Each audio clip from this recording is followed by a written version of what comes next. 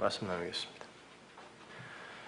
로마서 64번째, 로마서 6장 10절에서 11절까지의 말씀입니다. 함께 봉독하시죠.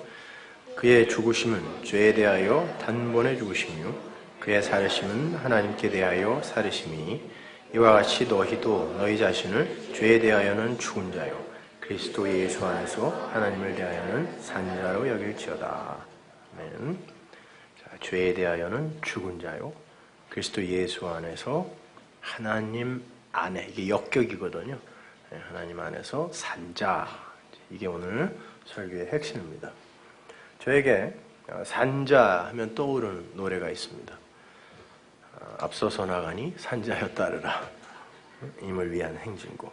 서슬퍼렇던 5060 시절에 입에 달고 살던 운동가. 그래서 저는 서울대에 이렇게 떠올리면 이 노래밖에 생각 안 나요. 그 노래 속에서의 산자는 인간 보편의 평등, 평화, 자유, 행복, 공평 등에 관심을 갖고 그것들을 성취하기 위해 행동을 내놓을 수 있는 사람, 이걸 세상이 산자라 그래요. 사람다운 사람 되기. 그래서 모두가 살기 좋은 사회, 그러므로 행복한 나라, 이렇게 홍익인간, 널리 인간을 이롭게 하는 그런 홍익인간을 향해 달리는 의식 있는 사람들을 이 사회는 산자라 불러요. 그런데 오늘 본문을 보면 성경은 십자가에서 죽었다가 살아나신 그리스도 예수와 그 안에서 함께 죽었다가 살아난 자들, 그들을 산자라 그래요. 세상에 대해서 죽었다가 하늘로 산 자들이거든요. 그렇게 해서 그들은 이 세상에서 나간 사람들이 되는 거예요. 그래서 그들은 이 세상을 살기 좋은 곳으로 만드는 것에 힘을 쓰는 것이 아니라 이 세상에서 그냥 현상들을 통해 진리를 읽어내는 사람들로 살아요. 성경은 그들을 산자라 그래요. 그러니까 성경은 이 세상 사람들이 산자라 부르는 자들을 죽은 자라 그러고 이 세상이 죽었다고 판단하는 자들을 산자라고 부르고 있는 거예요. 그렇다면 성경이 산자에 대해서, 생명이 있는 자에 대해서 어떻게 설명을 하고 있는지 창세기부터 출발을 해보도록 하겠습니다. 창세기 2장 7절. 여호와 하나님이 흙으로 사람을 지으시고 생기를 그 코에 불어넣으시니 사람이 생명이 된지라. 여기서 생명이라고 번역이 된 히브리어가 하이 네페시 하야예요. 중간에 아담이라는 단어가 있지만 하이 네페시 하야, 아담. 그게 살아있는 사람이에요. 그걸 산자라 부릅니다. 거기에 쓰인 하이라는 단어는 살아있는 이란 뜻도 있지만 흐르는, 군대 이런 뜻도 있어요. 그래서 에스겔서에 보면 마른 뼈에서 살아난 자들을 군대라고 부르는 거예요. 산자라고 부르는 거예요. 그러니까 군대라는 말은 이제 살아났으면 어디 가서 열심히 싸우라는 그런 말이 아니에요. 살았다라는 말이에요. 주위에 군대, 무슨 군대가 이런 오합지졸이 다 있어. 그리고 하야는 동사인데 그 하야 동사의 명사형이 여호와예요. 여호와는 우리 성경에 나오는 하나님의 세 이름 중 하나예요. 나중에 자세하게 설명해 드릴 기회가 있겠지만 여호와는 구원을 이루시기 위해 구원을 받으시는 하나님이 여호와예요. 성도는 그 안에서 그리스도로 옷을 입게 된다는 사실이 여기에 이미 암시가 되어 있는 거예요. 그래서 산자의 이름이 하이 네페시 하야예요. 창세기 1장에는 엘로힘이라는 하나님의 이름이 나오고 2장과 3장에는 여호와 엘로힘, 엘로힘 여호와라는 이름이 나와요. 그리고 뒤에는 그냥 여호와라는 이름만 나옵니다. 다 달라요. 하나님께서 아파르, 즉 티끌, 더스트에 불과한 어떤 존재를 하나님과 방불한 존재로 만드실 것이라는 언약이 그 이름들 속에 들어가 있는 거예요. 그래서 산자를 하이 네페시 여호와, 하야라고 하는 거예요. 그걸 죄와 구원이라는 그런 도구를 사용해서 설명하시는 게 이 역사이며 성경인 거예요. 그렇다고 그 이름들이 곧 하나님의 실체는 아닙니다. 여러분 한번 생각해 보세요. 하나님에게 이름이 왜 필요해요? 이름이라는 건 나를 다른 사람과 구분하고 나를 설명하는 기능을 가진 게 이름이에요. 만약 온 세상에 존재가 나밖에 없으면 내 이름은 필요가 있어요, 없어요? 나밖에 없어요. 이름이 왜 필요해요? 나는 그냥 나면 돼요. 그런데 창세 이전에는 하나님 홀로 계셨잖아요. 그분의 이름은 필요가 없어요. 그런데 갑자기 그분의 이름이 등장한다는 건 하나님께서 어떤 존재들을 창조하신다라는 거고 그 이름으로 다른 존재들과의 구별을 의도하고 계신다라는 거고 또 다른 존재들에게 당신을 이름이라는 게 설명이에요. 말씀이란 뜻이에요. 그 쉔이라는 단어 자체가 이름이. 당신을 설명하시겠다라는 의지를 표명하고 있는 거예요. 그게 쉔이에요. 그러니까 성경에 등장하는 하나님의 이름은 우리가 인식하지 못하고 감지조차 할 수 없는 진짜 그분이 아니라 우리에게 설명용으로 제시된 이름일 뿐인 거란 말이에요. 그래서 창세기 1장 1절에 주어가 없는 거예요. 창세기 1장 1절로 가보세요. 태초에 하나님이 천지를 창조하시니라. 한글 개역성경에는 마치 이 구절의 주어가 하나님, 엘로힘으로 되어 있는 것처럼 보이지만 여기서의 엘로힘은 남성 복수입니다. 근데 창조하다라고 번역이 된 바라라는 단어는 단수동사예요. 그러니까 이 문장의 주어는 단수로 존재하는 어떤 분인 거예요. 엘로힘은 주어가 될 수 없어요. 이 문장을 히브리 원어에 맞게 그대로 직역을 하면 숨어있는 주어, 보이지 않는 어떤 분, 진짜 계신데 유한히 감지할 수 없는 걸 무라는 글자로 표현한다 그랬죠? 감지할 수 없는 건 없는 거예요.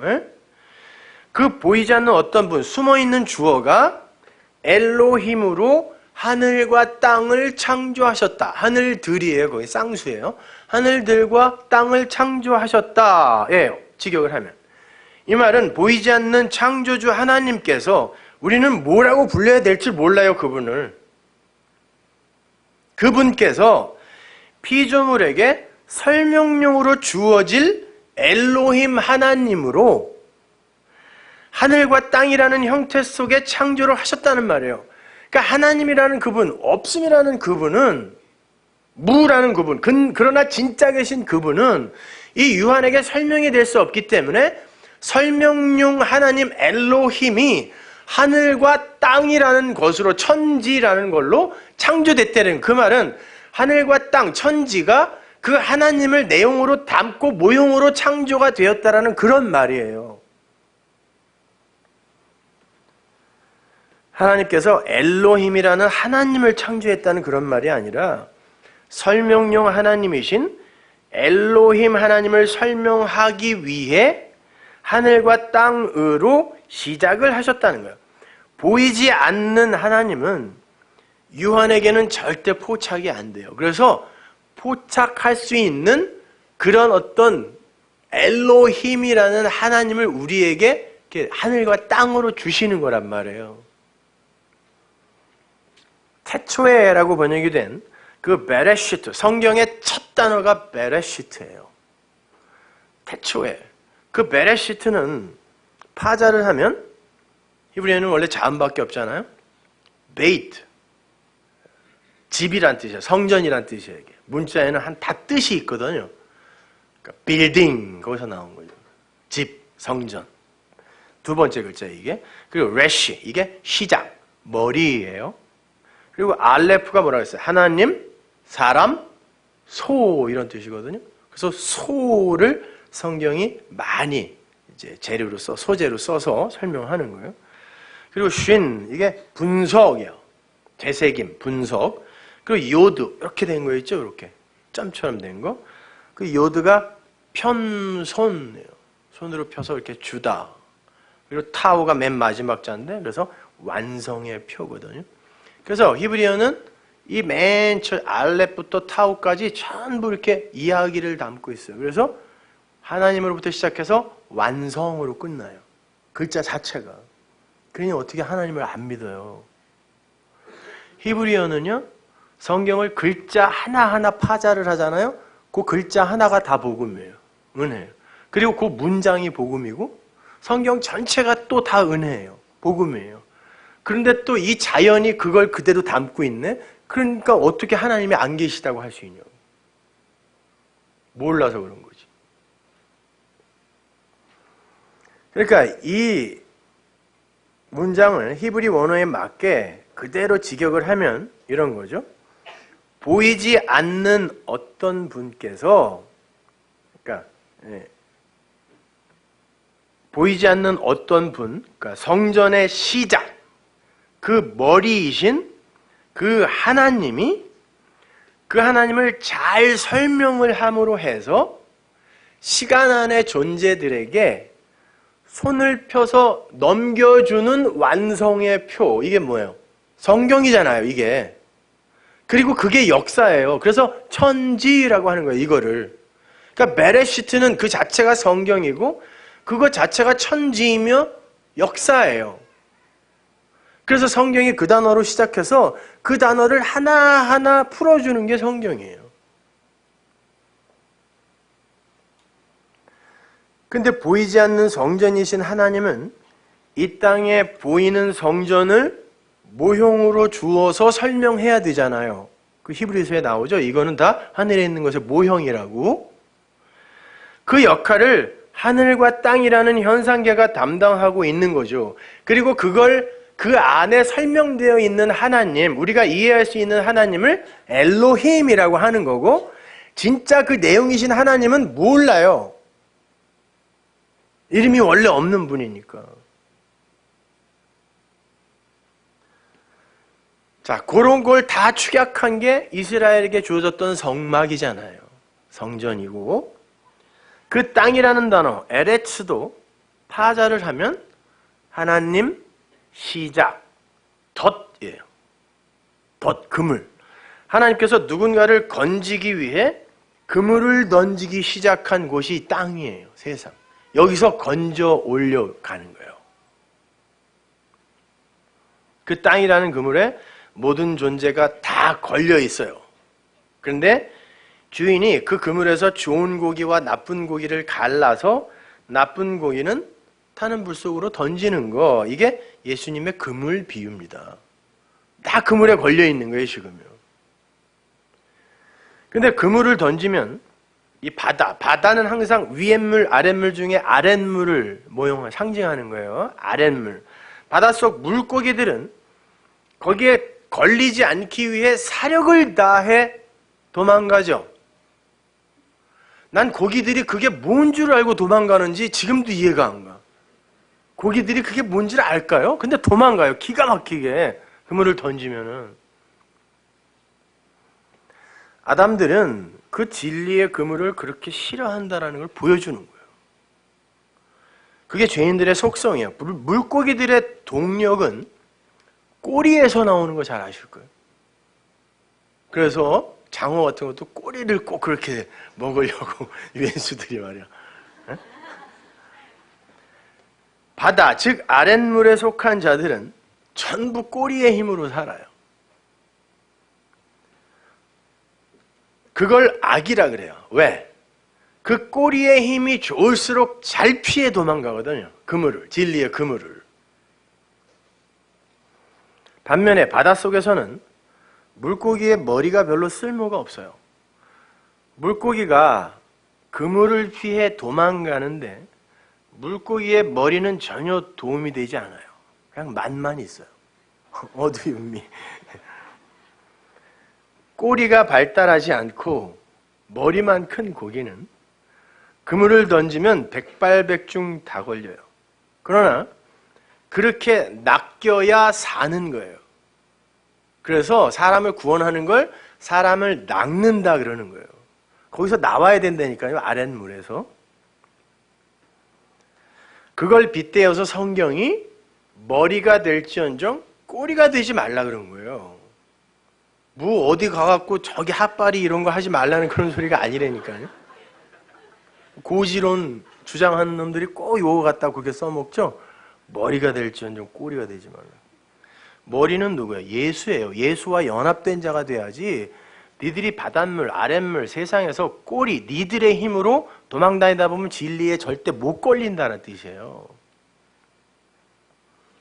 그런데 그러한 아랫물, 그 땅 속에 부정한 물고기들, 이게 다 물고기들. 성경에서 물고기는 부정한 거예요. 난태생. 그러니까 그건 다산, 다그라는 단어가 다산, 알로 많이 난, 물고기 알 얼마나 많이 났는지 보셨죠? 그거 생육과 번성은 하나님이 예수 안에서 완성하시는 건데 우리가 우리의 힘으로 인간의 힘을 자랑하겠다고 생육 번성하는 걸 다그라 그래요. 그게 죄거든요. 그래서 부정하다 그래. 난태생은 다. 근데 모든 그 짐승들이 다 난태생이에요. 사실은요. 엄마가 애를 태 속에 갖고 있다가 양수가 터지죠. 그거 알이 깨지는 거예요, 여러분. 그래서 모든 인간을 다 부정하다 그러는 거예요. 그래서 그 난태생들은 다시 나야 되는 거예요. 그래서 부정한 것들은 그걸 거듭난다라고 하는 거란 말이에요. 뭐 박혁것의 주몽, 김수로 얘네만 알에서 난 게 아니라 여러분 다 알에서 나온 거예요. 난태생이에요. 그걸 부정한 거란 말이에요. 그런 물고기들, 부정한 것들이 이 바다에서, 저주의 바다에서 꼬리의 힘을 뺏기고 진리의 그물에 걸리기 위해서는 예수가 그들의 머리가 돼야 꼬리의 힘이 빠지는 거예요. 그래서 진리시며 말씀이신 예수님을 교회의 머리라고 한 거고, 예수님께서도 십자가를 지시기 전에 내가 머리 둘 곳이 없다고 한 거예요. 왜? 교회가 완성이 돼야 예수가 머리로 앉을 수 있는데 아직 십자가 이전이니까 예수님이 머리로 앉을 곳이 없었다라는 그런 말이에요. 집두절도 없었다는 게 아니라. 여러분 그 당시에는요, 여러분 그 웬만한 기술을 갖고 있는 사람은 중산층 이상이었어요. 예수님도 꽤 잘 사셨다니까요. 여러분이 괜히 미루어 추측해서, 제자들도 다 잘 살았어요. 그래서 부자 이야기할 때 제자들이 그럼 우리도 못 가나 그런 거예요.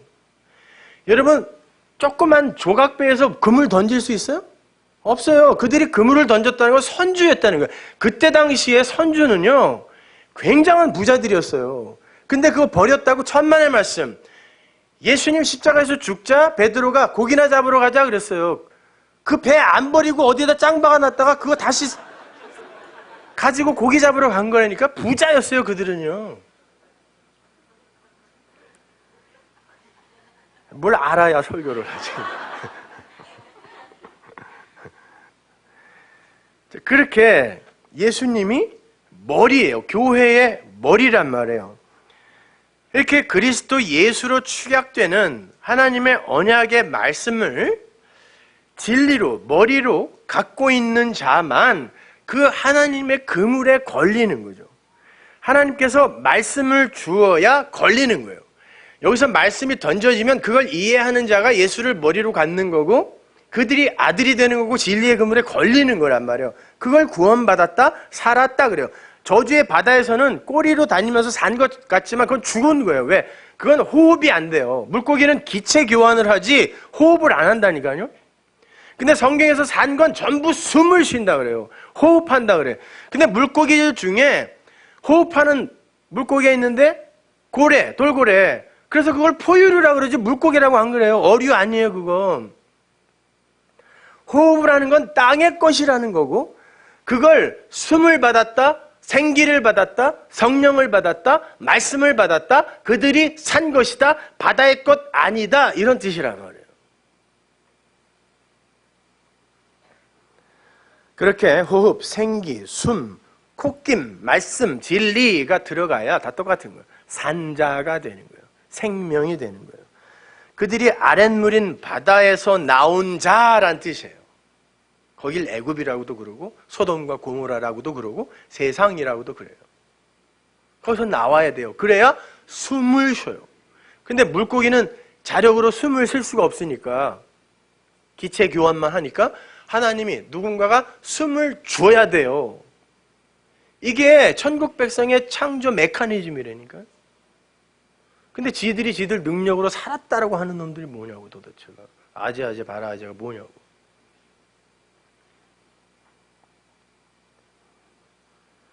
자, 거기서 못 나온 자들을 그냥 바다의 물고기, 아랫물 속에 부정한 것, 네페시, 죽은 자라고 하는 거예요. 죽은 자. 에스겔서 37장 9절 보세요.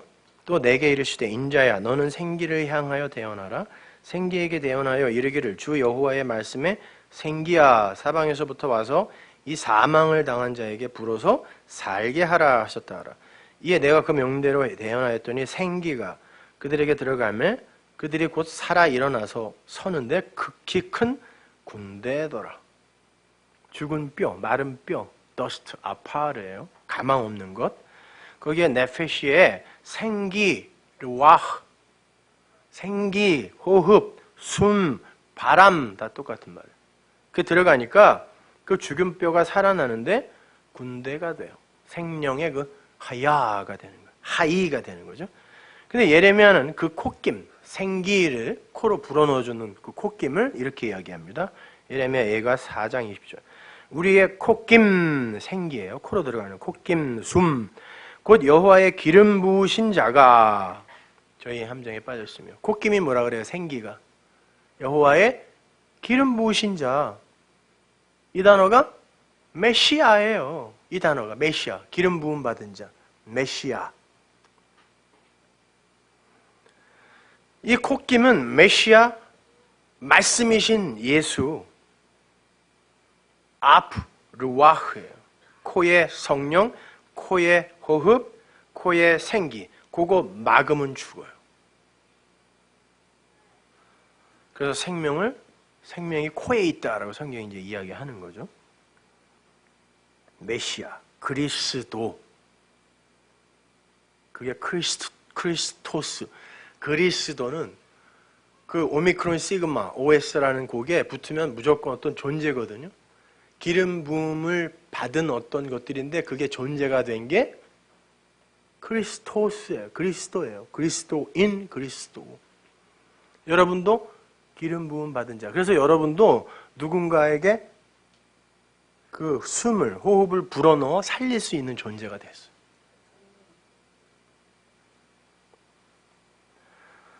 바로 그 그리스도, 생기께서 이 땅에 직접 오셔서 제자들에게 부어지는 장면이 있습니다. 요한복음 20장 22절 보세요. 이 말씀을 하시고 저희를 향하사 숨을 내쉬며 가라사대 성령을 받으라. 숨을 내쉬는데 성령이라고 그러죠. 그래야 사는 거예요, 그게. 이게 오순절날 교회에 성령이 임하는 걸 그 제자에게 12지파를 상징하는 거니까 교회에게 먼저 그림으로 보여주는 거예요. 그렇게 해서 너희들은 교회는 살게 될 것이다를 너희가 네 죄든지 사하면 사하여질 것이요 네 죄든지 그대로 두면 그대로 있으리라 하시니라. 자, 생기, 성령을 불어넣으신 다음에 그 호흡을 받아 산 자들에게 뭔가를 지시하시는데 뭐라 그러냐면 가서 죄를 사하는 일을 하래요. 용서해주는 일을 하래요. 생명을 주는 일을 하래요. 숨을 불어넣으라는 말이잖아요, 그게. 심지어 예수님은 너희가 나보다 더 큰 일을 할 거라 그랬죠. 왜? 그때는 성령이 오시기 전이기 때문에 예수님 때에는 예수님의 말을, 진리를 아무도 못 알아먹었잖아요.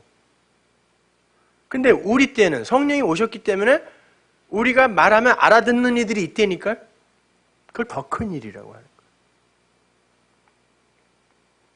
여기에서 사하다라고 번역이 된 말이 아피헤미, 용서하다, 없애버리다라는 뜻이에요.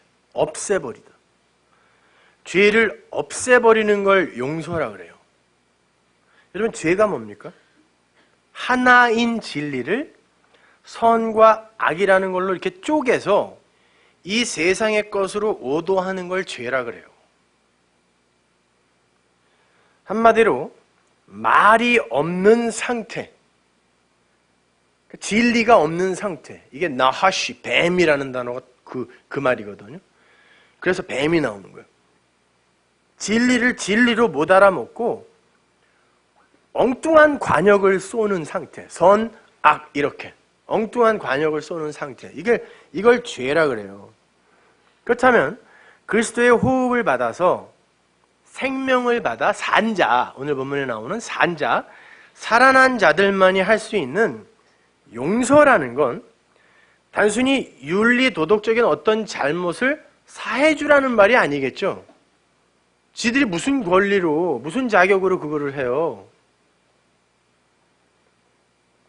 용서라는 건 그 죄를 없애버린다는 뜻인데 우리에게는 그럴 능력이 없다니까요. 그럴 자격도 없고. 용서는 네가 나한테 해코지해서 나 기분 나빠진 거 이제 그렇게 기분 안 나쁘도록 노력해 볼게. 우리는 이걸 용서라고 생각해요. 속으로는 그냥 꿍하고 있는데 그냥 겉으로만 나 기분 안 나빠 용서했어 이런다니까요.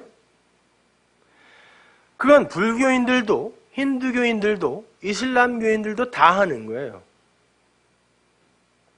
꼭 성령을 받아야만 할 수 있는 게 아니잖아요. 그거는 성경이 말하는 용서는 그것 자체를 없음으로 없애버리는 걸 말해요. 근데 이미 벌어진 걸 없애버릴 수는 없는 거 아니에요? 그럼 방법이 없나요? 있어요. 죄란 법에 의해 규정되는 게 죄예요. 따라서 죄를 용서할 수 있는 길, 이미 있던 그것을 아예 없던 것으로 돌려버릴 수 있는 유일한 길은 그거는 이미 벌어졌기 때문에 법을 없애버리면 돼요. 그러면 죄가 없어져요. 그걸 용서라 그래요. 선과 악의 구조 자체를 파괴해버리는 거예요. 그러면 모든 죄가 사해져요. 그러면 그 죄의 열매인 사망이 물러가죠. 사망은 죄의 삭시니까. 그래서 그걸 산자라고 부르고 그걸 전해주어서 그를 용서하는 자를 살리는 자 그리스도라고 하는 거예요. 콧김이 되는 거예요. 우리가 진리가 되면. 근데 그 일이 언제 일어났어요? 그리스도가 호흡을 성령으로, 숨을 성령으로 불어넣자, 말씀을, 진리를 불어넣자 그 일이 일어나는 거예요. 자, 영은 뭐라고 했어요? 요한복음에서 내 말이 영이요 생명이다 그랬으니까 거기서 영이 성령이에요.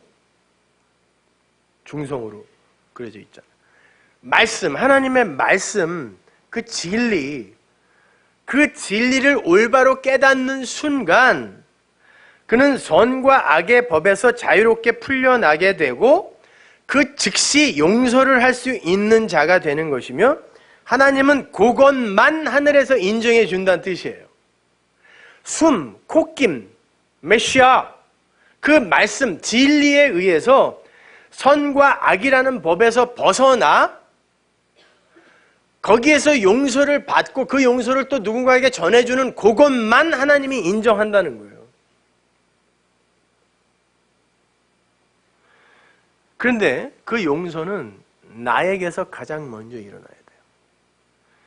나를 용서할 수 없는 이들은 절대 너를 용서할 수 없어요. 왜? 그 용서라는 진리를 전해줄 수가 없기 때문에 그래요. 내가 용서받지 못하면, 나에게 용서받지 못하면.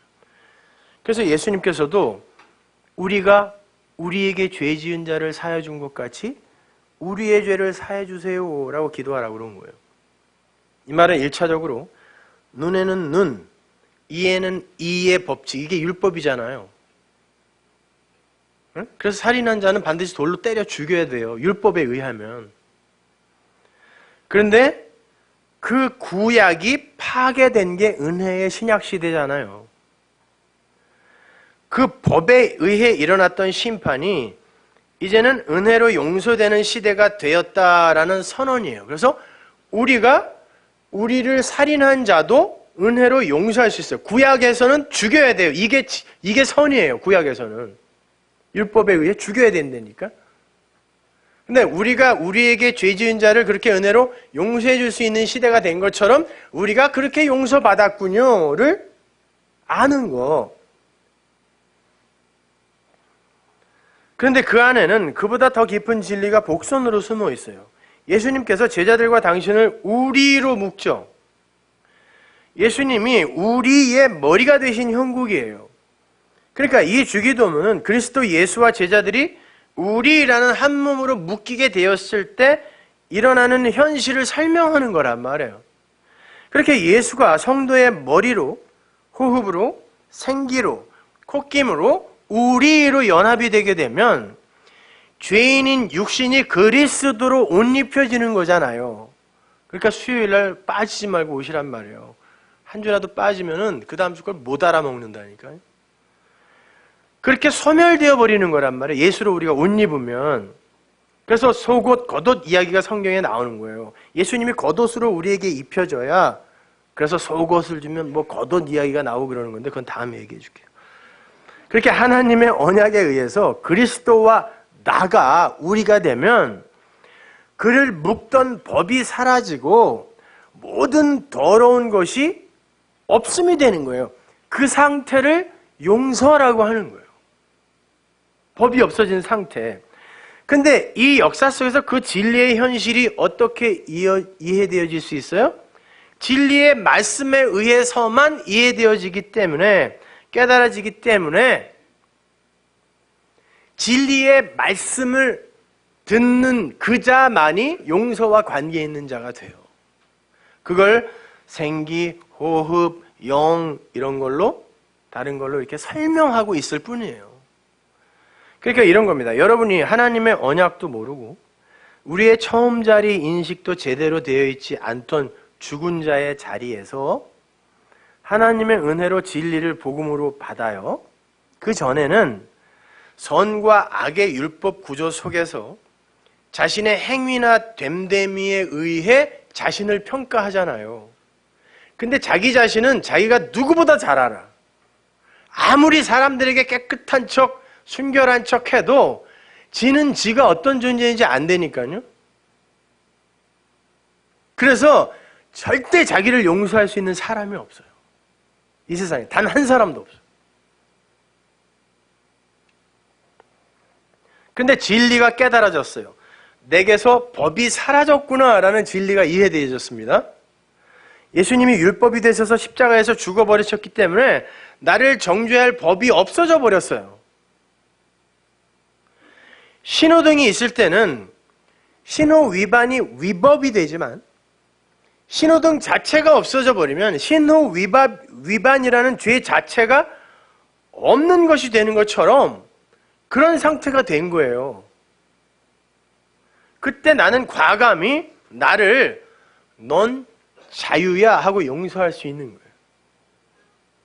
그게 진리를 깨달았다라고 하는 거예요. 바로 그 깨달음이 없는 자는 하늘에서 용서한 자 아니다가 이 세상에서 용서해라. 그래야 하늘의 하나님도 널 사하신다. 이야기하는 거예요. 이 땅에서 묶으면 하늘에서도 묶여. 그러니까 풀어. 그러니까 하늘에서 푼 자는 이 땅에서 자기를 반드시 풀게 돼 있어요. 여러분 자신을 용서하시라니까요. 아니 용서가 됐다니까요. 하나님의 진리의 말씀을 올바로 깨닫고 사망과 상관없이 되어버린 나를 용서한 뒤에 그 진리를 다른 이에게 전했을 때 그 사람이 아 그런 거야? 그럼 나도 용서받은 거네 하고 살아날 때 죄와 관계없이 돼야 사망과 관계없는 거고 죄의 삭제니까 그래야 그를 산자라고 하니까 그렇게 살아날 때 우리가 그 사람의 죄를 용서해버리는 게 되는 거예요. 내가 무슨 자격이나 권세가 있어서가 아니라 물론 말씀의 권세는 있지만 그래서 저는 지금 여러분을 용서하고 있는 게 되는 거란 말이에요. 그런 거지 뭘 되지도 않는 용서 이런 거 억지로 해보라는 얘기 아니에요. 아니 모든 거 다 용서해버리면 어떻게 돼? 이 세상이 어떻게 되겠어요? 금방 지옥 된다니까 여기는. 그런 거 용서하라는 말이 아니에요.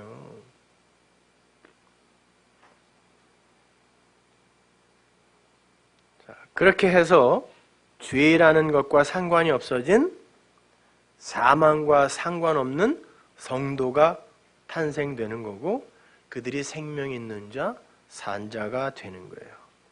그들이 예수보다 더 큰 일을 하고 있는 산자들인 거죠. 이게 바로 오늘 본문이 얘기하는 죄에 대하여 죽고 의에 대하여 산자가 담고 있는 내용이에요. 아니, 더 나아가서 그들은 살려주는 영, 살려주는 말, 진리가 되어서 그리스도의 일을 하고 있는 자들이 된 거란 말이에요. 우리는 먼지지만, 여전히 죄인이지만 하나님이 우리를 그렇게 사용하신다는 그것에 감동하는 거예요. 자, 그렇다면 이걸 아는 자들에게 있어서 인간 세상이 정해놓은 죄라는 것과 의라는 게 무슨 의미가 있어요? 생각해 보세요. 이 진리를 알게 됐어요. 악과 선이라는 게 이 진리를 안 자들에게 무슨 의미가 있냐고. 거짓과 진실이라는 게 무슨 의미가 있어요? 어차피 모든 것이, 보이는 모든 게 보이지 않는 진리를 설명하기 위한 하늘과 땅, 위의 것과 아래 것이라면 그것 자체가 뭐 그리 가치가 있는 거냔 말이에요. 선악의 법에 묶여있는 자들에게는 그게 대단히 큰 거지. 그러나 진리인 하나 안에서 그걸 하나로 묶어내는 자들에게 그게 무슨 가치가 있냐고. 그래서 진리 안에서는 선과 악이 하나고 거짓과 진실이 하나며 더러움과 깨끗함이 하나고 어둠과 빛이 하나가 될 수 있는 거예요. 한마디로 진리는 현상계에서 벗어나 버리는 힘을 갖고 있단 말이에요.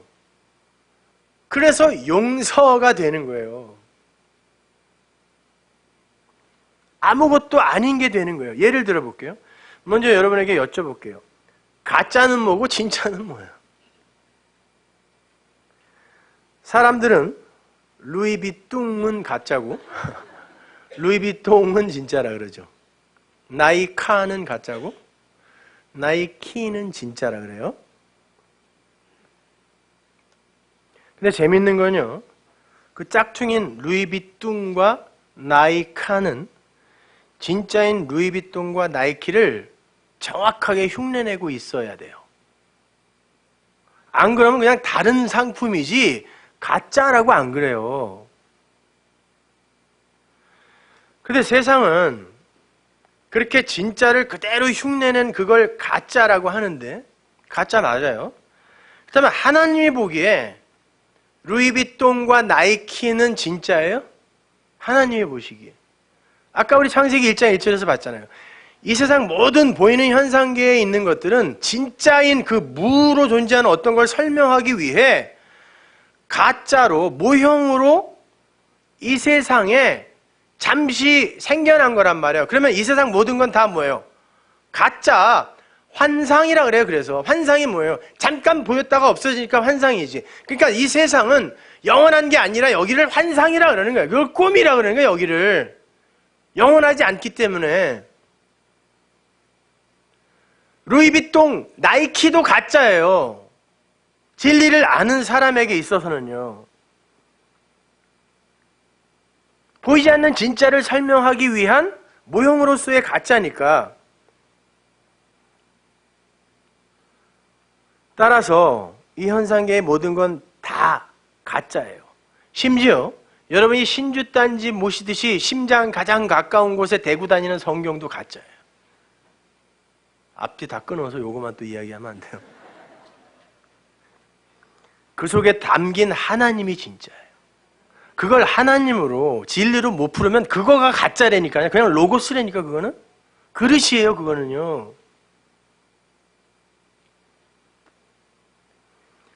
성경 속에서 그 진짜를 읽어내지 못하는 사람들은 전부 가짜를 잊고 있는 거고, 가짜를 연구하고 있는 거고, 가짜를 신앙하고 있는 거예요.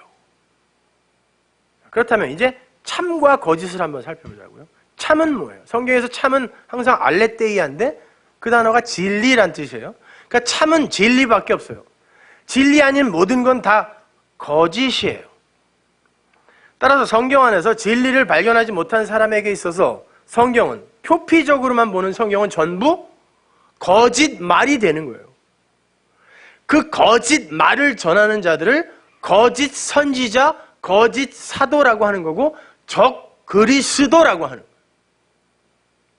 진짜 말, 진리를 설명하는 자를 크리스토스라고 하는 거고, 적 그리스도는 그리스도와 반대되는, 그게 아니라 비슷하게 흉내내는 게 적 그리스도예요. 엔타이 크라이스트. 그러니까 이제 가짜와 거짓은 필요 없는 거예요? 아니에요. 우리는 유 안에 있기 때문에 가짜와 거짓이 없으면 진짜를 못 알아먹어요. 그래서 가짜들이 있는 거라니까요, 여기에. 하나님이 그렇게 현상계의 가짜와 거짓을 사용해서 보이지 않는 진리를 설명하는 거니까. 가짜 성전을 모형으로 주시고 그 안에는 그런데 하나님이 일하는 진짜 성전이 메시지로 들어가 있었잖아요. 근데 하나님은 이건 가짜다 그러고 부수라고 그래요. 그런데 그 안에서 하나님을, 진리를 읽어낸 사람들이 있었다니까요. 그들에게 그건 진짜라고요.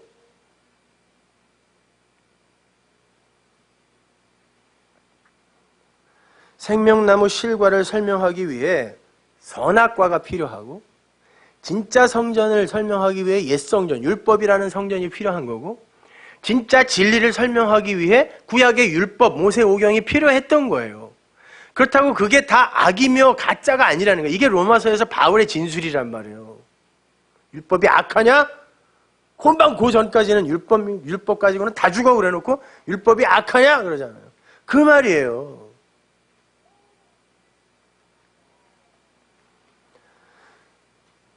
율법을 열심히 지키는 걸 성경이 죄라고 하고 악이라고 하지만 그건 진짜 선을 모형하는 그릇이란 말이에요. 따라서 그것이 진리를 이해하는데 조금이라도 도움이 됐다면 그것 자체는 악이 될 수 없는 거란 말입니다. 이렇게 생각해 보세요. 우리에게 밤의 광명이라고 이름 붙여진 달이 있죠. 달. 근데 그 밤의 광명은 사실 가짜잖아요. 달은 스스로 빛을 내는 게 아니니까. 달은 해의 빛을 받아서 광명의 행세를 하는 거예요. 흉내내는 거란 말이에요. 밤에 활동하는 가짜 해예요. 그걸 모형이라 그래요. 그렇게 달은 해가 있다라는 걸 설명하는 설명용 해란 말이에요. 달이 빛나는 걸 보면서 태양이 저렇게 빛나고 있구나를 알게 되는 거. 그래서 이 땅에서는 달과 해가 같은 모양, 같은 크기로 보는 거예요. 개기일식이나 개기월식 보면 정확하게 달이 해를 가려요. 실제로는 크기가 어마어마하게 차이가 나는데 이 땅에서 일부러 하나님이 우리에게 그렇게 보여주는 거라니까요. 크기가 똑같이 가짜로 만들어 놓고 거기에서 해를 봐라 라는 게 하나님이 이 세상을 우리에게 주신, 성경을 우리에게 주신 이유와 목적이란 말이에요.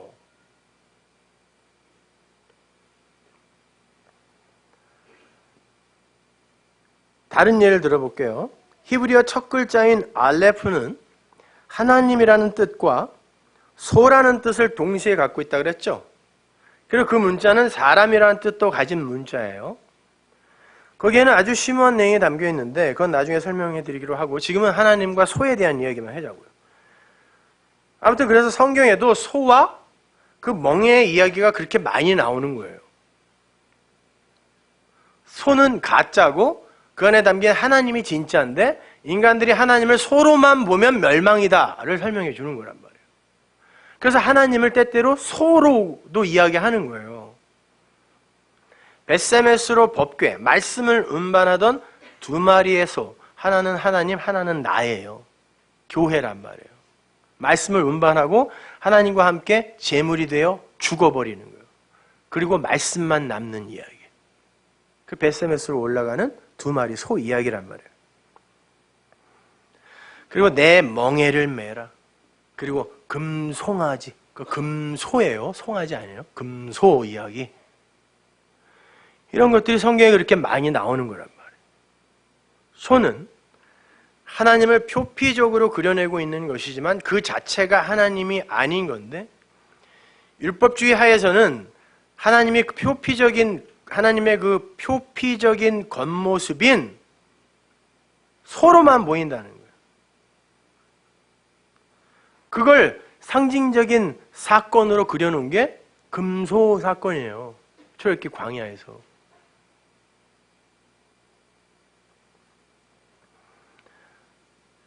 그렇게 그 소라는 모형 안에 담긴 하나님을 보지 못하고 신을 그저 소로만 인식하는 걸 종교라 그래요. 그래서 고등 종교에 소를 그렇게 숭상하는 종교가 많은 거예요. 절간에 법당 외벽에 보면 소 그림이 많죠. 시무도예요, 그게요. 진리를 찾아가는 10가지 단계. 소. 진리를 소로 표현한 거예요. 힌두교에서도 소를 숭배하는 게 괜히 그러는 게 아니에요. 제가 지난 수요일날 말씀드렸습니다. 진리는 원래 하나님 말씀밖에 없었어요. 그런데 그걸 다른 종교들이 표피적으로 이해를 하여 잘못 오해하여 종교를 만든 거예요. 그래서 모든 종교의 경전이 성경과 싱크로율이 아주 높다고 제가 말씀드렸잖아요. 그래서 옛 선비들은 소를 타고 유유히 여행을 하는 기우행을 즐겨했고 그런 그림이 많은 거예요. 옛날 그림에 보면. 소 타고 말 타고 다니는 그림은 없어요. 노자도 자신의 사상을 세상에 전파하려 하다가 대적들에게 막혀서 안 되겠다 싶었을 때 소 타고 어디로 사라졌습니다. 장자도 항상 제자들에게 소처럼 되라라고 무의자연의 도를 설명했어요. 소.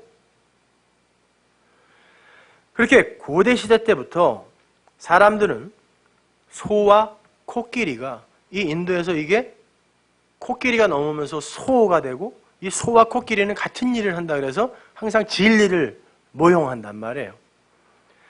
그 소와 코끼리를 진리를 설명하는 짐승이라고 생각해서 소와 코끼리를 숭앙하거나 숭배하는 일을 많이 했어요. 특히 힌두교에서는 소와 코끼리를 동시에 진리로 섬기면서 성경에 나오는 예수님의 기적들을 소와 코끼리의 그림으로 그려놓기도 해요. 그들의 서책을 보면 이적과 기사를, 예수님의 이적과 기사를 소들이 하고 다니는 걸 볼 수 있어요. 그래서 요즘도 소에게 기도합니다. 병 고쳐주세요. 복 주세요. 이렇게. 하나님의 모형이었다니까요, 그게. 근데 성경을 그렇게 소로만 보는 인간들이 여전히 하나님을 소 취급하고 있는 거예요, 오늘날 교회가. 99% 이상 다! 법당에 그려진 시무도 그 수준으로밖에 이해 안 하는 거예요, 우리 하나님을. 힌두교인들 보고 저놈들은 어떻게 소를 섬기냐 이럴 자격 없다니까요, 오늘날 교회가.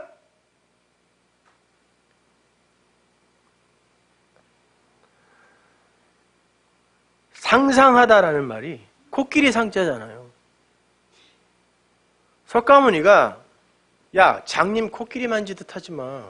다리만 만지면 기둥 같고 배만 만지면 천장 같고 꼬리만 만지면 뱀 같고 그거 진리 아니야. 그게 다 모여져야 진리란다. 그래서 상상이라는 말을 쓴 거예요. 코끼리를 생각하라.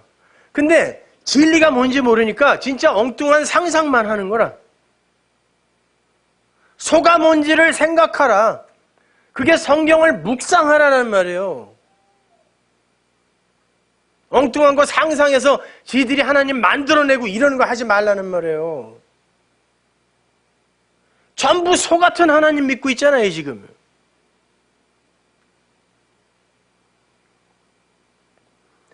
이스라엘의 출애굽 당시에 세상을 대표하고 상징하던 그 애굽 18왕조의 주신이 하돌이라는 암소와 아피스라는 황소였어요. 그 애굽의 주신이. 근데 하나님이 거기서 끄집어내서 이스라엘에게 니들이 믿는 하나님은 뭐니? 한번 만들어봐 그랬더니 걔네들도 소를 만들어내더라고요. 애굽과 니네는 똑같은 놈들이다를 보여준 거예요, 거기서요. 애굽도 소, 니들도 소. 나는 그냥 어딜 가든 은매구나. 나를 위한 하나님. 그 풍요의 신이거든.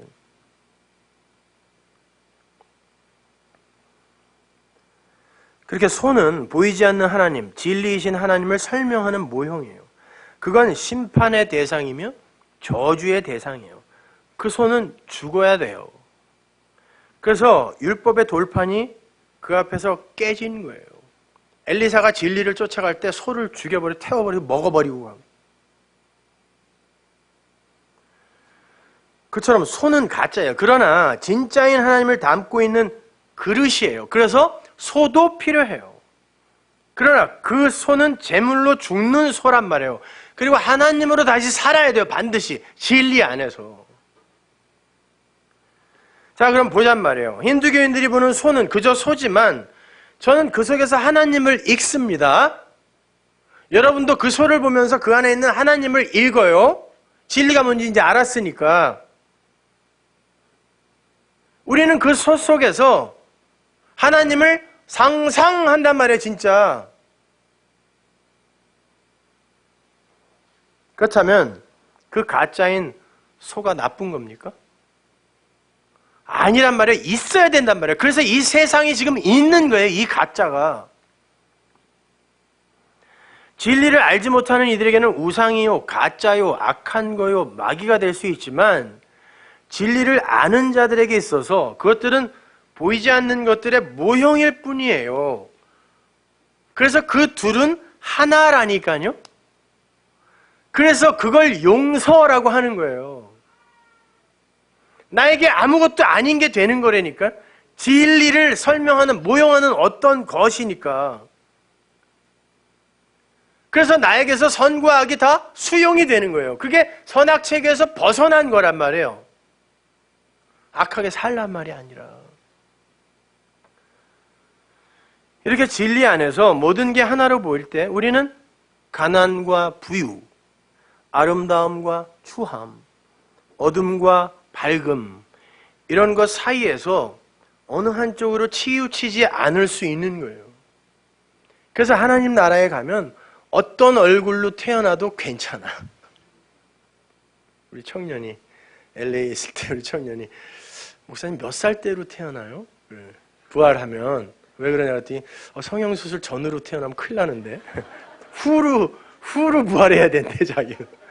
그런 게 문제가 안 되는 곳, 거기를 하나님 나라라 그래요. 가슴 철렁 내려앉는 사람 많죠 지금. 그렇게 어느 한쪽으로 치우치지 않을 수 있는 그 둘로 보지 않을 수 있는 상태를 하나님 나라라고 그러고 그 진리예요 그게. 근데 항상 그렇게 둘로 보는 거, 관역은 여기 하나가 있는데 항상 둘로 나누어서 이리로 가거나 선으로 가거나 악으로 가는 걸 관역을 벗어나다 하마르티아, 그걸 죄라 그래요. 범죄라는 단어도 파라푸토마이, 옆으로 떨어지다, 옆으로 치우치다라는 거예요. 그래서 C, 길가 밭에 떨어지면 안 돼요. 길가에 떨어지면 안 돼요. 길에서 치우쳐 떨어졌다라는 거거든요. 길이라는 진리에 떨어져야 돼요. 근데 C, 길에 떨어지면 안 되잖아요. 밭에 떨어져야지. 근데 거기선 그런다니까요. 길가에 떨어지면 안 된다 그래요. 그 말은 길에 떨어지라는 얘기예요.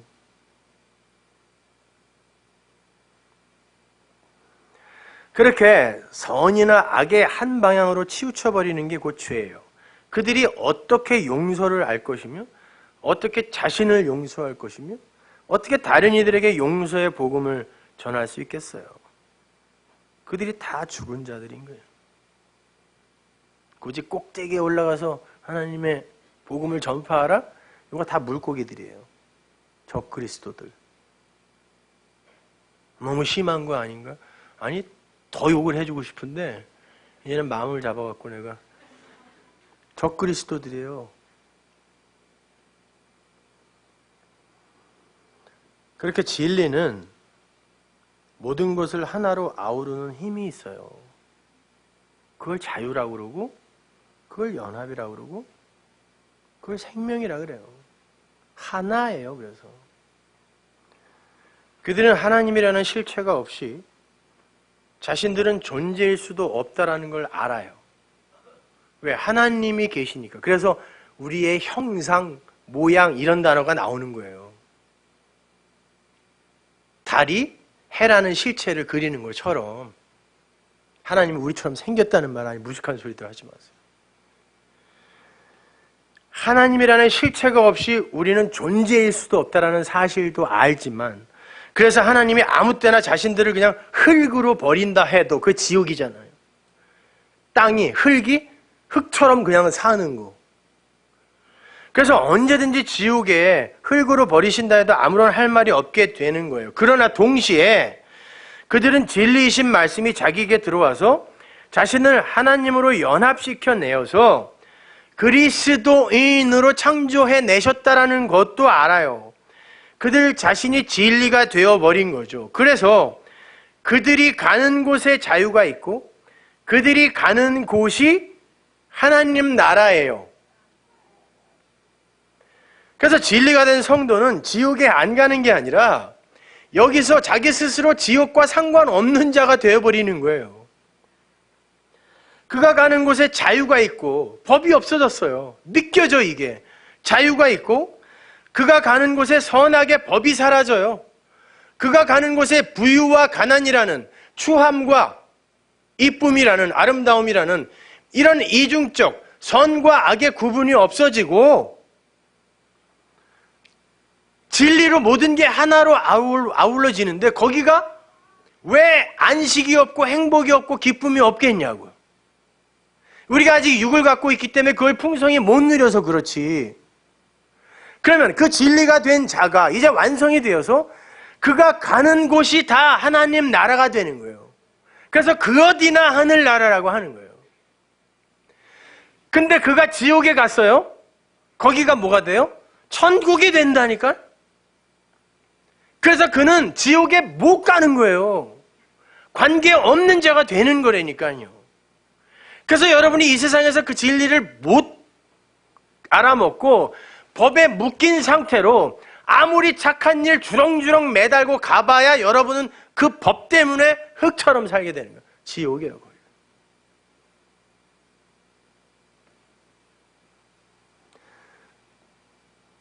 여러분이 그렇게 진리로 그 지옥을 깨버리지 못하면 죽어도 천국에 못 가요.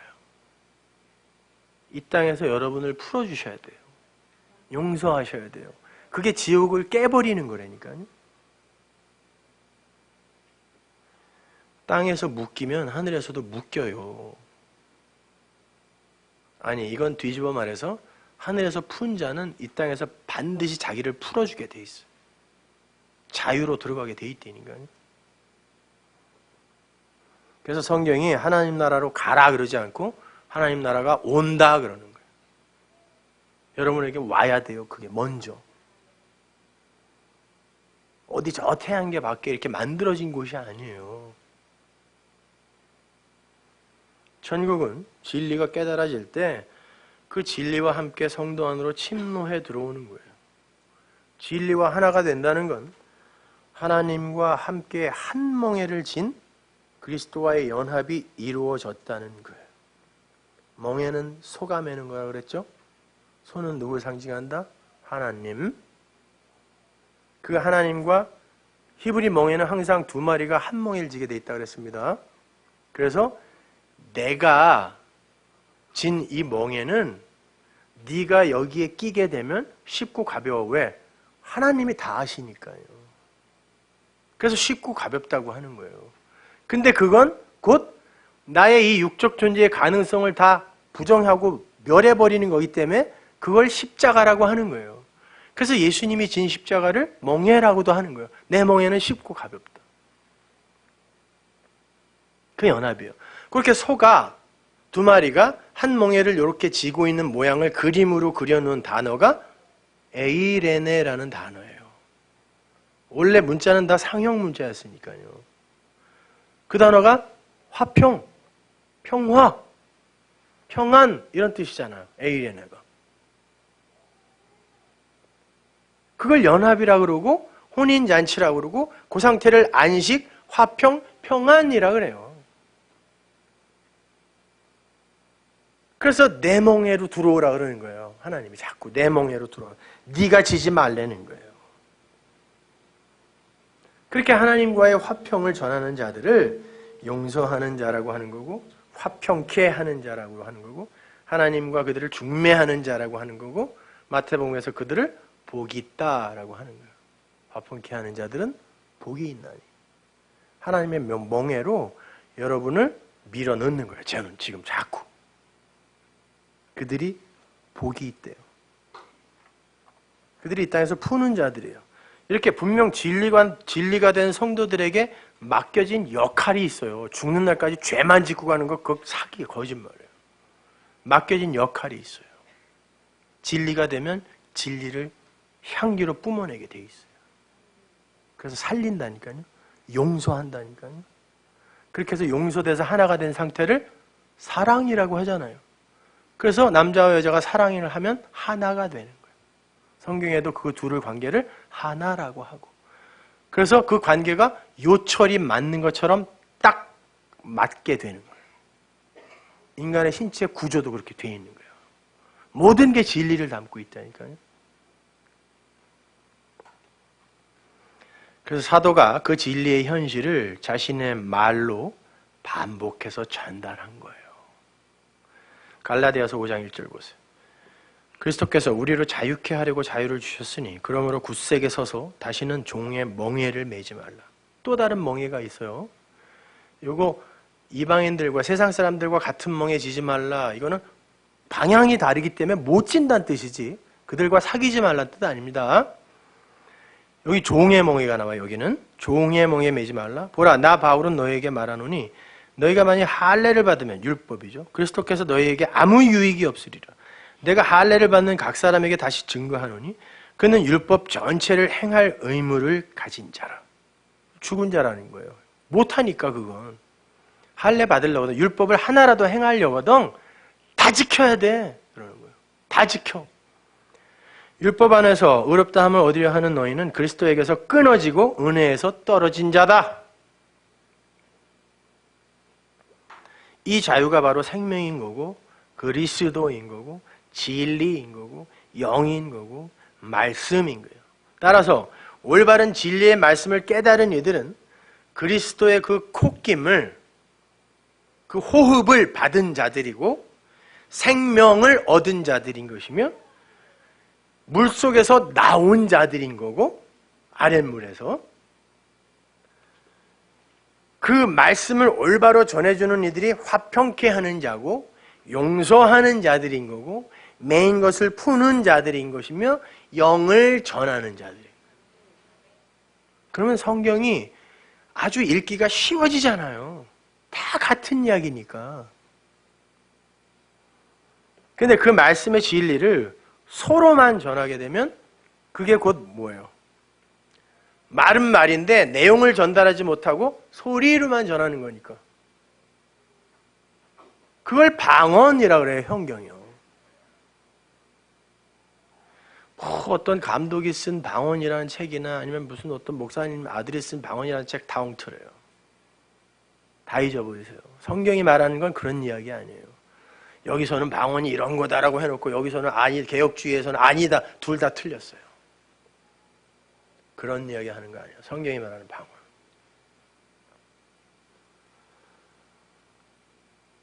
잘못된 말, 못 알아듣는 말, 곡해되어진 말, 그걸 설명하기 위해, 그건 비진리라고 하잖아요. 그래서 모든 종교의 방언이 있는 거예요.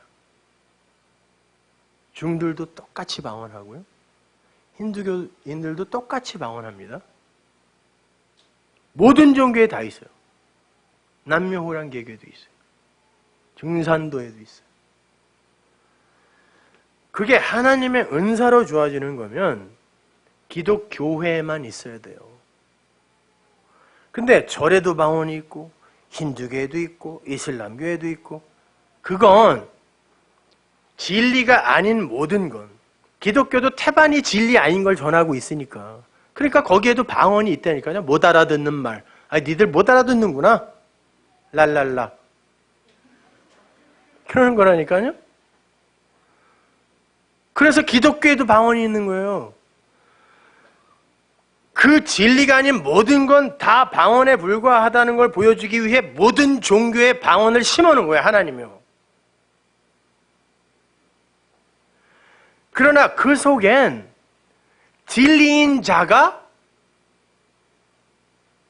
캐치해낼 수 있는 내용이 들어있다라니까요. 쉽게 말해서 방언은 껍데기뿐인 말, 로고스라고 할 수 있고, 예언은 그 방언의 내용인 레마를 예언이라 그래요. fortune telling이 아니에요. 앞에 있는 어떤 일을 이렇게 얘기해 주는 거 이거 아니라니까요. 성경에 나오는 예언은. 따라서 모든 방언, 모든 로고스에는 내용이 반드시 담겨 있어요. 하나님께서 아담에게 생기, 즉 호흡을 줬다는 건 내용을 담은 말, 호흡이 말이라며요. 말이 곧 영이요 생명이다 그랬으니까. 호흡, 성령을 줬다라는 건 진짜 참 내용인 진리, 말을 줬다는 뜻이잖아요. 말씀을 줬다는 뜻이잖아요. 그 말씀이라는 것 자체 어렵게 생각하지 마세요. 보이지 않는 어떤 하나님을 유한에게 보이는 걸로 설명하는 게 다 말씀이잖아요. 그래서 하나님을 말씀이라고 하는 거지, 말씀이 뭐야? 그런 거 고민하지 마세요. 설명하는 거란 말이에요, 하나님을. 우리 수준에 맞게. 그래서 예수님을 말씀이라고 그러는 거예요. 그분이 진짜 하나님의 형상이다 그러잖아요, 사도 바울이. 그래서 말씀이에요. 하나님을 설명하는 거니까. 근데 잘못된 말이 뭐냐고. 그게 글로사, 방언이라고 번역을 한 거란 말이에요, 그게. 이 혀에서 말이 나오니까.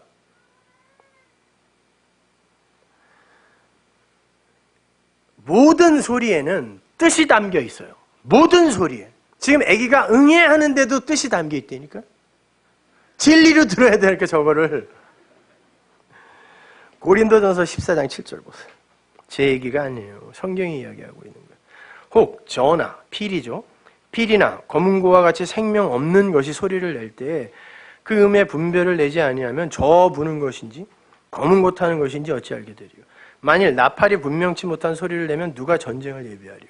이와 같이 너희도 혀로서, 이 혀가 방언이란 단어 똑같은 단어예요. 거기선 방언이라고 그러고 여기서는 혀라 그러죠. 알아듣기 쉬운 말을 하지 아니하면 방언이 알아듣기 쉽지 않은 말로 나오게 되면 그 말하는 걸 어찌하냐? 이는 허공에다 말하는 것이라. 세상에 소리의 종류가 이같이 많되 뜻없는 소리는 없나니. 그러므로 내가 그 소리의 뜻을 알지 못하면 내가 말하는 자에게 야만이 되고, 야만은 외국인이란 뜻이에요. 야만인이 아니에요. 외국인이 되고. 왜? 못 알아들으니까. 말하는 자도 내게 외국인이 되리라. 그러면 너희도 신령한 것을 사모하는 자인즉, 이 신령한 거를 오늘날 교회는 전부 신비한 어떤 걸로 생각을 해요. 무당들과 뭐가 다르냐고요. 교회에 덕 세우기를 위하여 풍성하기를 구하라. 교회에 덕 세우라니까 무슨 방언을 하면 덕이 생긴다. 천만의 말씀. 이 덕 세우다, 오이코노마이는 오이코스, 집이죠. 집을 건축하다라는 뜻이에요. 교회를 세우는 말을 해야지 니들을 건축하는 말을 하면 안 돼가 이 덕이라는 단어로 오역된 거예요. 그러니까 이 성경이요, 우리 개역 성경이 사람들이 히브리어로 번역하고 영어로 번역하고 한자로 번역해서 기독교인이 아닌 국문학자한테 줬다고요. 마지막 감수를 예수도 안 믿는 사람들이 해놨으니까 뭔 말인지 알고 써놨겠냐고요. 그러니까 원어를 연구하지 않으면 성경만 갖고는 진리를 아주 디테일하게 못 알아먹는다니까요. 그러므로 방언을 말하는 자는 통역하기를 기도할지니. 이게 통변하기를 기도하라는 말이 아니란 말이에요. 넌 방언만 하냐? 나는 통변도 하는데 웃기지들 말라 그러세요. 여러분, 참뜻, 참뜻이 모든 소리 안에 들어가 있어요. 여기 이야기하는 것처럼. 근데 참뜻이라는 건 알레테이아, 진리라 그랬죠. 그래서 주님도 나는 참 포도나무, 그 진리 포도나무야 그랬어요. 예수님이. 진리란 말이에요. 모든 게 진리를 담고 있어요. 심지어 여러분 욕 속에도 진리가 담겨 있어요. 계자제분 그러면 예수님이 이 땅에 오셔서 하나님의 말씀과 진리와 상관없는 이방 여인을 향해 개라고 불렀죠. 예수님이 욕하셨다니까 개라고? 넌 개야. 그렇게 진리와 상관없는 이방의 자식들, 그건 저주받아 마땅한 거, 심판받아 마땅한 거예요. 하나님이 은혜로 살리지 않으면. 그래서 개자제분이라는 욕이 있는 거예요. 그건 죽는다. 그래서 욕이에요. 그거 칭찬 아니잖아요. 영어 욕에도 많아요. 뭐 son of the bee 뭐 이런 거 있어요. 음녀의 아들이란 뜻이에요. 음녀의 후손. 우리 계시록에서 봤잖아요. 그건 죽어. 성적인 욕들 많죠. 뭐 mother 뭐 이런 거. 그게 아비의 침상에 올라간 그 이야기. 살인, 간음의 이야기라니까 이제 전부 다. 그러니까 욕을 들으면서도 그 안에서 진리를 깨달을 수 있으면 그 욕이 나에게 욕이 되겠냐고요. 그걸 자유라 그래요.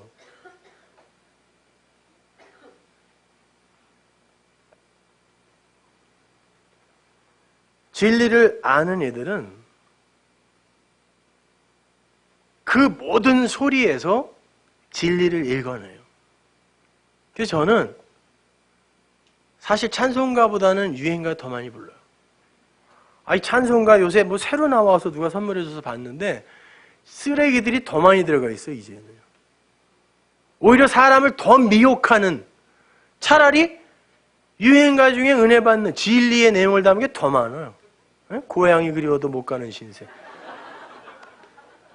언제나 외로워라 타행해서 우는 몸, 나그네요 이방인인 나의 삶을 얼마나 잘, 오늘도 걷는다마는 정처 없는 이 발길, 그러나 아버지 집으로 향해 가는 거잖아요. 너는 상행선, 나는 하행선. 질 모르면 하행선으로 가는 거고. 왜 교인이 뭐 유행가를 들어, 왜 무슨 뭐 이상한 영화를 봐. 그런 거 보면서 진리 깨달으면 뭐가 잘못됐냐고. 근데 단지 믿음 없는 자들이 그냥 그거 갖고 시험 들까 봐 안 하는 거죠. 그래서 바울도 율법 있는 자들에게 율법 있는 것처럼, 그러나 계속해서 그렇게 안 해요. 왜? 그가 진리를 알아들으면 그 다음부터는 내가 진리를 몰랐기 때문에 우리 선생이 일부러 내 수준에서 그렇게 했구나를 알기 때문에 그냥 율법이 있는 자처럼 하면 그게 죄잖아요. 근데 그렇게 해주는 것 뿐이라니까요.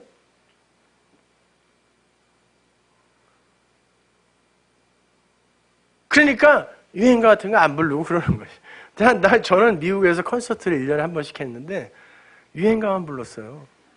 근데 사람들이 그 진리를 못 알아주더라고. 그래서 앞으로 안 하려고 그래요. 아이 어리석은 중생들과 이 땅을 살기가 이렇게 힘드니 빨리 진리들이 되세요. 좀 자유롭게 좀 뭐 좀 하게. 이 비진리들 때문에 뭐 할 수 있는 게 없어. 근데 7절을 보면 생명이 없는 어떤 것들이 내는 소리가 있는데 그 소리는 피리 소리인지 검은 고 소리인지 못 알아듣는다. 그러니까 소리의 문제가 아니라 그 소리를 내는 자가 생명을 가진 자냐 아닌 자가 중요하다는 뜻이죠. 이게요. 소리가 중요한 게 아니에요. 그러므로 네 혀로 알아듣기 쉬운 말을 하지 않으면 그 말하는 게 다 허공에 말하는 것과 같다라고 그래요. 이 글로사, 방언이라는 뜻이란 말이에요. 네 혀가 너의 생명 없음으로 말미암아 방언이라는 어려운 말, 못 알아먹는 말, 생명 없는 말을 하면 그건 열매로 맺혀지지 않고 그건 허공에 던져지는 소리다 그러는 거예요. 그래서 13장에서도 그러잖아요. 1만 마디 방언을 해도 그건 울리는 꽹과리야. 쉬운 말은 그걸 진리로 풀어낸 예언이겠죠. 레마겠죠. 쉬운 말을 하라 그러는 거예요. 진리가 뭔지도 모르면서 성경을 방언으로만 말하면 그게 외국어예요. 글로사가 되는 거예요. 그래서 방언을 말하는 자, 방언이지만 성경을 이야기할 거 아니에요. 로고스를 이야기할 거 아니에요. 그걸 모르고 이야기하는 것 뿐이지. 그러니까 통역을 기도하라. 이게 이해되어지고 그 이해되어진 진리만 전해지게 해주세요가 방언하는 자들아, 로고스로 말은 할 줄 아는 자들아, 내용은 모르는 자들아, 이게 네 안에서 통역이 되어 이해되어지게 해달라고 기도하라는 뜻이에요. 무슨 통변을 하게 해달라고 기도하라는 게 아니라,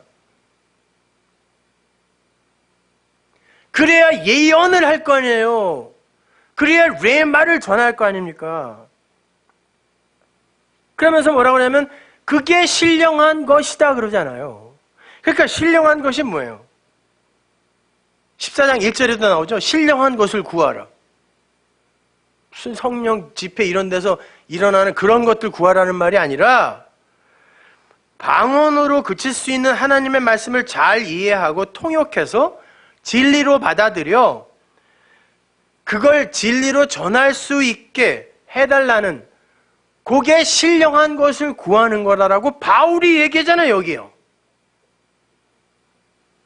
제 얘기가 아니라. 그걸 근거로 위로 올라가 보세요. 14장 4절. 방언을 말하는 자는 자기의 덕을 세우고 예언하는 자는 교회의 덕을 세우느니. 덕을 세우다.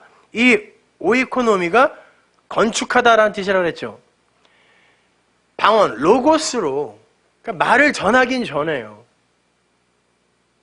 뭐 좋은 이야기는 하는데 그게 레마, 예언이 아닐 땐 그게 자기는 뭐를 했기 때문에 열매는 안 맺었는데 이게 자기 의로 쌓이게 되면 나를 건축하는 게 된다 뜻이에요. 그게 자기의 덕을 쌓는다예요.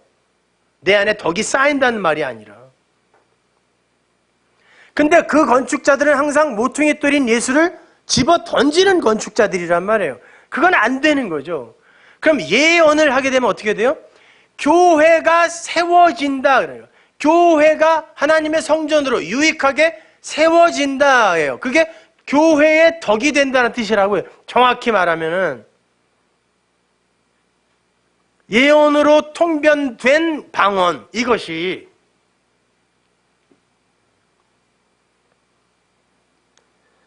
성경을 방언으로 소로만 읽고 전하는 자는 자기의 건축물을 세우는 거예요. 엉터리 말을 전하는 자는 자기의 의만 건축하는 꼴이 되고, 진리를 전하는 자는 교회를 세우는 자, 참성전을 이해하고 그 참성전을 설명하는 거니까. 아, 그게 내가 성전이네요. 이게 성전으로 지어져 가는 거란 말이에요. 하나하나 벽돌들이 들어오잖아요.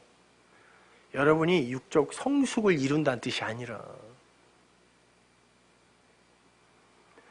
교회를 세우는 자, 용서하는 자, 화평케 하는 자, 살리는 자가 된다는 말이에요. 그래서 바울이 그 다음 절에서 난 너희가 다 방언 말하기를 원하나 특별히 better than 예언하기를 원한다 그러는 거예요. 왜? 로고스로 말하는 건 다 누구나 해야 되잖아요. 그러나 그게 예언으로 나오지 않으면 그건 네 의로 쌓일 수 있으니까 이게 통역이 되어서 나에게 예언으로 오게 해주세요. 그리고 내가 예언으로, 레마로 전할 수 있게 해주세요. 이 기도하라는 뜻이에요. 방언하기를 구하라는 게 아니라. 에? 그래갖고 그냥 어떤 기도원에 가면은 순 개소리들, 왈왈왈왈, 네 소리밖에 안 들리잖아요. 개들이에요, 그게요. 뭔 소리인지 모르니까 그게 텅이라니까요. 글로사. 진리를 알고 로고스를 던지라는 거예요. 그래서 1만 마디 방언보다 뜻을 알고 전하는 예언 5마디가 낫다라고 하는 거예요. 1만 마디 방언도 있어야 되는 거죠. 왜? 그 안에 진리가 담겨 있으니까. 성경 안에 진리가 담겨 있으니까. 그러나 그걸 못 알아먹으면 이게 외국어, 방언이 되는 거라니까요. 그러나 없으면 안 돼요. 그래서 1만 마디 방언 괜찮아. 그러나 그걸 진리로 못 알아먹으면 개인 거죠.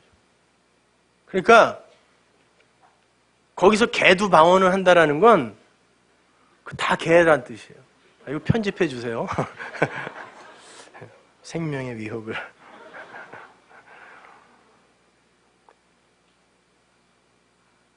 그리고는 그 다음 어구가 이렇게 이어지죠. 교회를 건축하기 위한 통역이 없이 방언만 말하는 자는 예언하는 자가 아니다 그러잖아요. 그러니까 고린도서의 이야기는 방언을 해라 말어라 이런 얘기에 관심이 없어요. 아예.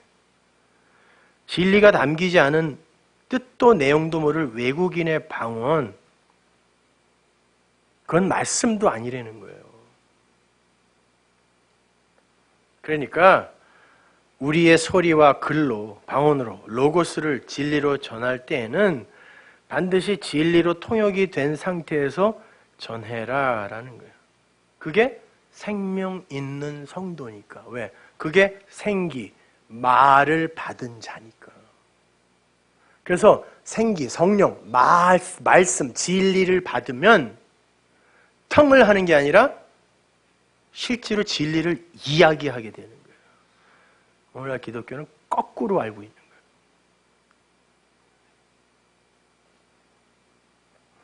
그래서 사도행전 2장의 오순절 사건에서도 바로 그 방언, 글로사, 거기도 나와요. 글로사, 방언 나오죠? 성령이 임하니까 방언이 터졌잖아요. 그 글로사와 똑같은 단어가 어디 나와요? 성령, 불의 혀, 이 텅이 글로사에 똑같은 말이에요. 인간들의 방언과 불의 혀, 진짜 하나님의 불에서 나온 그 텅, 그 말이 대조가 되고 있어요. 근데 말이 성령이 임했잖아요. 불의 혀처럼. 그렇게 임하니까 어떤 일이 일어나요? 15개 외국에서 온 디아스포라들이 이걸 어떻게 번역을 하여 자기가 자기 나라 말로 알아듣더라. 바벨론의 저주가, 바벨탑의 저주가 거기에서 텅으로 갈라졌잖아요. 못 알아듣는 말로. 성령에 의해 거기서 회복이 되는 거예요. 저주가 은혜로 회복이 되는 거라니까요. 그래서 구약에서 그 저주받은 율법, 소로만 읽혀졌던 율법에 의해, 계명에 의해 3,000명이 소만 들었다가 도륙당한 그 3,000명이 이 불의 혀, 글로사, 진짜 글로사가 와서 이게 통역이 되니까 3,000명이 살아 올라오는 거예요. 베드로가 그 불의 혀, 텅을 받아서 예언으로 던졌더니, 설교를 했더니 3,000명이 살아 올라와 교회로 성전이 건축되더라. 그게 방언의 이야기예요.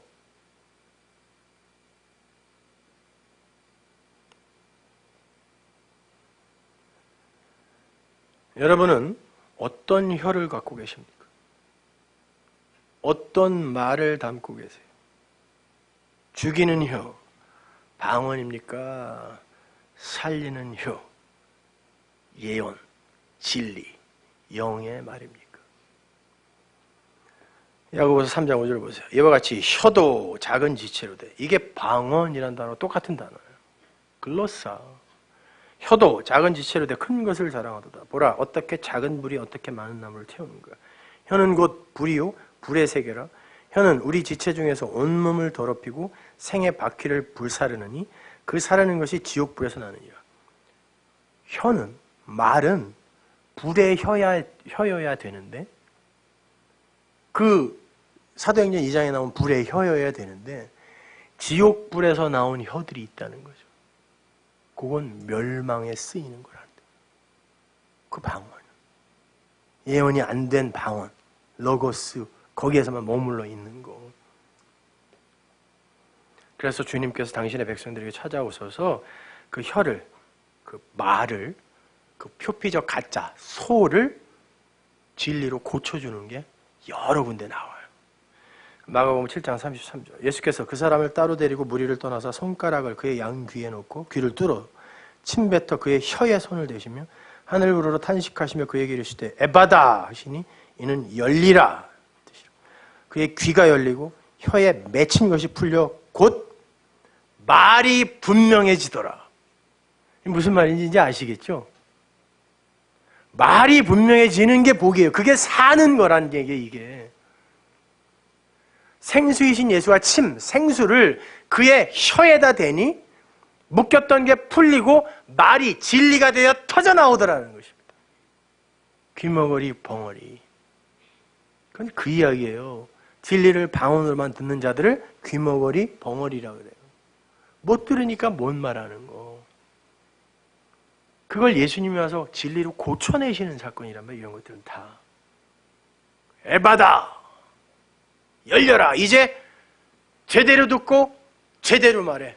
내가 다 통역해서 넣어줄 테니까 제대로 듣고 진리만 말해. 소이하게 하지 말고 하나님 얘기해. 에바다.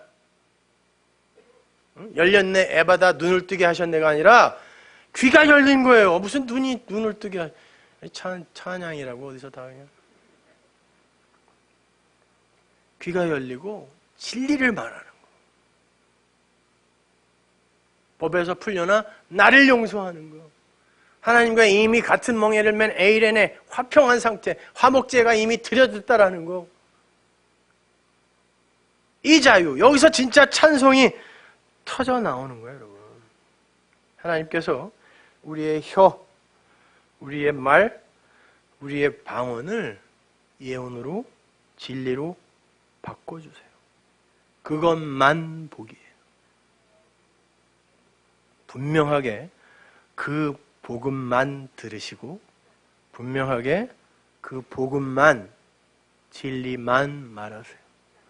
아직 분명하지 않으면 입 닫고 침묵하세요. 다른 사람 죽이지 말고. 기도하겠습니다. 하나님 아버지 은혜를 감사합니다. 하나님 우리에게 이런 진리의 말씀을 주셨습니다. 그 진리의 말씀은 우리의 꼬리를 잘라버리고 예수라는 머리로 우리를 함몰시켜냅니다. 하나님 이것이 복음이고 진리일지인데 하나님 이 세상의 기독교는 나의 꼬리를 더 강화시켜달라는 그런 엉뚱한 소리를 외쳐대고 있습니다. 하나님 이 시대를 불쌍히 여겨 주셔서 이 진리의 말씀이 당신이 택한 당신 백성들의 귀에 들려지게 하옵소서. 이 시대의 당신 백성들의 귀에 오늘도 손가락을 넣어 뚫어주소서. 그래서 그들의 귀에 에바다라는 주님의 외침이 들리게 하옵소서. 예수님의 이름으로 기도합니다.